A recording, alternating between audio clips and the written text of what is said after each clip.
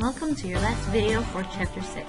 Tonight we'll be looking at D-block hybrids in the Vesper theory, other types of bonding that occur, and finally look at how to tell if a molecule itself is polar or nonpolar.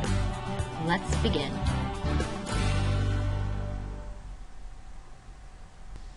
So you want to take out your orange sheet. We are going to talk about all those other shapes now that we didn't cover in your last video. As we look at these shapes, you're going to notice that we now bring in that D block. So when we bring in a D block, it means that we are going to have more than an octet around our central atom. So let's look at having 5 pairs of electrons around the central atom. If we have 5 pairs, you can see we have our sp3, but now we have to throw in something from the D block because we have taken all of the orbitals or used up all of the orbitals in our valence s and p shell. So if we have 2 bonds, we still get this linear shape. Add in a bond and we get a T shape. So all of those bonds are in the same plane. If we add in another bond, so now we have 4 bonds, we get something that would resemble a seesaw. And then of course if we have all 5 of our pairs bonded, we get something that is Trigonal Bipyramid. Basically you have your T on one, which has now rotated a little bit so that it's not a perfect T anymore, but then it makes a pyramid on top and on bottom to give you an overall kind of diamond shape. Then we can also have 6 pairs around our central atom. So this would be our D2, so we've added in a second D orbital into the mix. So we are going to start with 4 bonds. If we have 4 bonds, we get something that is square planar. So you can see everything's on the same plane. If you connected the outside ones, you'd get something that is more square. Then if we add in a 5th bond, we get a square pyramid. So you have the square on one plane, add in another one, and you get a square-based pyramid. And then we have 6 pairs, which is more of your octahedral shape. So it would have 8 sides if you actually connected all of the outside elements. So let's look at metallic bonding. In metallic bonding, we have the attraction between metal compounds and surrounding electrons. So we're going to be looking at those mostly within the D block, and we're going to see some of that D overlapping of its orbitals. Since there is then a lot of orbital overlapping, we're going to leave some space in that valence shell. So we've got the S and P, we aren't quite to an S because there's so much overlapping with the S. We kind of look at one different energy level and look at a lot of empty space. And then we have bonds that are the same throughout the solid. So it's not quite an ionic bond where we have this nice crystalline structure, but it's not totally your covalent where you could have sharing of electrons. These are basically the same throughout. So any given bond is the same as any other bond. Now having the same bonds throughout helps explain why metals have some of the characteristics that they have. Unlike an ionic bond, if you shift a layer of an ionic bond, it's going to be very brittle and it's going to break apart. And that's because you're lining up now positives with positives, negative with negatives. In a metallic bond, since the bonds are the same throughout, if we start shifting them, pulling them, hammering them down into thin sheets, we are not changing any of those bonds. Since everything's the same, they're just getting either closer together, being pulled a little bit further apart, but everything is the same. So we don't have that breakage, and which allows us then to have copper wire and to have gold metal jewelry. Other types of bonding we may see come from some of our intermolecular forces. The first one is a dipole force. So these are created by opposite charges that are separated by a short distance. So you get something that's positive charge attracted to something that's negative charge that's in a relatively close distance to each other. The direction runs from positive to negative. So as you're trying to find out what's going on, we're going to look at the different molecules and figure out which one has the higher electronegativity, and we're going to find there's a run from positive to negative side of the different forces. And this is what causes attraction then between polar molecules. Remember, polar molecules have that unequal sharing, so we have a positive end and we're going to have a negative end, and we're going to have some attraction then between them so that polar molecules can kind of bond together instead of just having all these little free molecules floating all over the place. Then there's hydrogen bonding. In hydrogen bonding, we have hydrogen bonded to a highly electronegative element. Because hydrogen then is bonded that way, the one electron that hydrogen seems to have gets pulled so tightly to that more electronegative element that it seems like it doesn't have any. So it's going to want to be attracted to that other element or an unshared pair of a nearby element, and that bond actually becomes very strong. And finally, we have London dispersion forces. This is just because electrons are constantly moving around an atom. Well, at some instant, you may have more electrons on one side of our atom than on another side. And this can cause an instantaneous dipole. If you have a large concentration of electrons on one side, you have this instantaneous negative side to your molecule, which of course then causes an instantaneous positive on the other side. Well, anything that's nearby is going to do the same thing then. It's going to push away those negatives, and it's going to be attracted to then that positive side. But this is instantaneous, and they are constantly moving. The electrons don't stop, so it is a very weak force. So now let's look at this idea of the dipole-dipole force within molecules to help us predict the molecule polarity. So let's start with the molecule CO2. And we're going to look at everything that we have done so far and put it all together.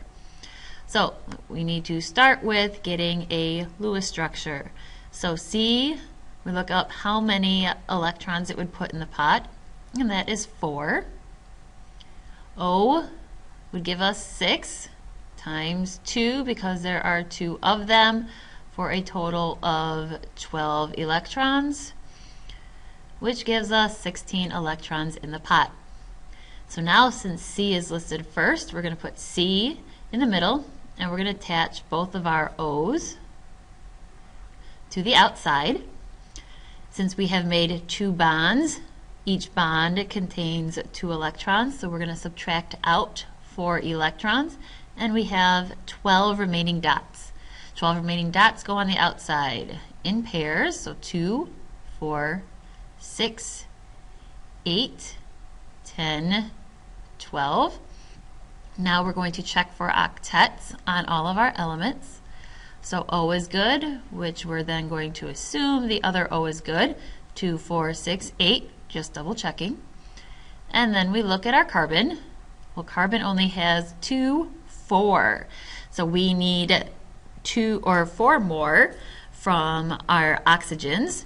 Since they are both CO bonds, we're going to share equally by taking 2 from either oxygen to give us our double bond. So now we got to figure out a shape, so we need to know how many bonds and how many pairs that we have around carbon. Remember, our double bonds are treated like big fat single bonds. So number of bonds that we have are 2. How many pairs of electrons we have are also 2, which gives us our linear shape. So if we draw this out, we're going to have carbon with the 2 oxygens. Next step we need to do then is look at each bond individually and find out if it's a polar or nonpolar bond. In C, we look up its electronegativity, and it is 2.5. O has an electronegativity of 3.5. So this would be a polar bond, which would make it the same the other direction, which is also a polar bond. Now if you can remember, we go from positive to negative. So we've got this force that is pulling from our least electronegative element to our most electronegative element. So we've got a force that is pulling out this way, that is making this, we're going to use the funny symbol that we saw a couple videos back, and this is going to become a partial negative. Pulling out this way, we also have a partial negative. This leaves our center then with this partial positive charge. So when we try to determine molecule polarity, I like to think of it as an Oreo cookie. If we have the same on the outside with a different middle, then we have a nonpolar molecule. So let's say our nonpolar molecule would be a full Oreo cookie. But a polar molecule would mean that we have half a cookie. So you've eaten that top end and you are ready to lick the center. So you're going to look at this half cookie where you would have a different top and bottom, or if you turned it on its side, a different side from the other. So we're going to look at this idea and look at our CO2 molecule that we have here. Well, if we look, you can see we have a negative here, a negative here, but then we have something different in the center. We have a positive. So it's like an Oreo cookie, or our full Oreo cookie. We have the chocolate, and the cream center. So since this is a full Oreo cookie, this would be a nonpolar molecule. Let's take a look at another one. Let's look at PCl3. P, if we look it up, gives us 5 electrons. Cl gives us 7 times 3, because there are 3 of them, to give us a total of 21, which gives us 26 electrons in our pot. P is listed first, so we're going to put it in the center, and we're going to get some Cl around the outside. Now I've made 2, 4, or 1, 2, 3 bonds, or used 2, 4, 6 electrons, so minus 6. I'm going to get 20 electrons left to put around the outside. Putting them in pairs, 2, 4, 6, 8, 10, 12, 14, 16, 18. No more on the outside, so then it goes on the central. I have 20. Now I'm going to check for octets. I'm only going to need to really look at one Cl since they're all the same. And I have 2, 4, 6, 8. And then I'm going to look at P.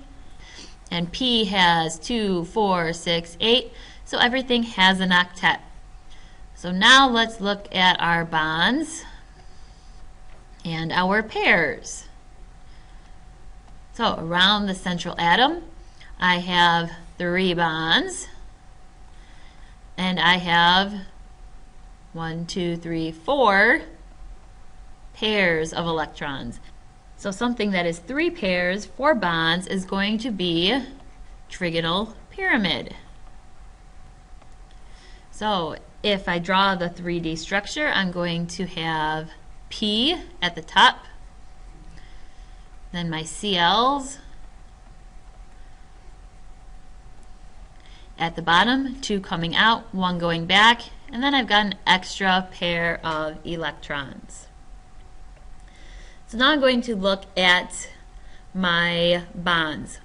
First thing I need to do is check out their electronegativities, and P is 2.1, Cl is 3.0, so I definitely have a polar bond, and my polar bond is going to pool down.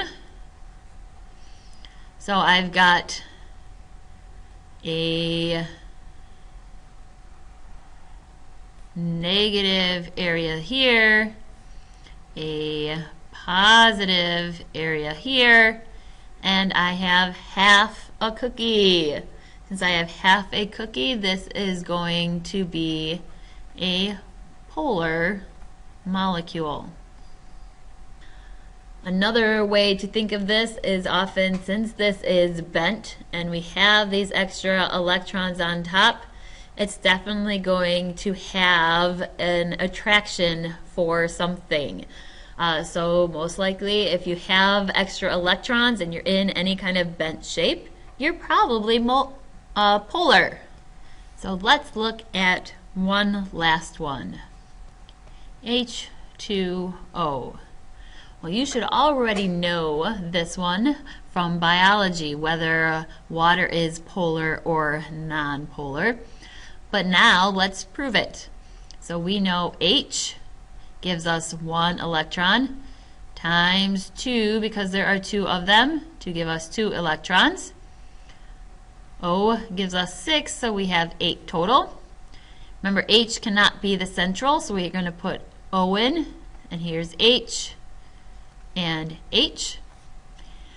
We have used 2, 4, so minus 4 gives us 4 more electrons. H will not take any more, so those remaining 4 electrons have to go around oxygen. Now hydrogen is one of our exceptions, so we know right away that hydrogen is okay with an octet because it's made a bond. So the only one we need to check is oxygen. Oxygen has 2, 4, 6, 8 electrons, so it's okay. So now let's look at our bonds and our pairs, and we can see that we have 2 bonds and 4 pairs, which will give us a bent 105. So if we were to draw this, we have oxygen, our hydrogens coming down, and our extra electrons. Now if we look at the electronegativities, H is 2.1, O is 3.5, so we definitely have a polar, this time pushing up, and we have a different charge here than we have here. So we've got negative, positive, we have half of our cookie, which means water is definitely a polar molecule. And then you can also see that it is also bent with some extra electrons here. And again, something that's bent with extra electrons, again, our rule of thumb is probably going to be a polar molecule. Well, this is the end of your Chapter 6 notes. I hope you have enjoyed the journey. And please make sure you ask questions, as you will have a test coming up soon. Have a good night.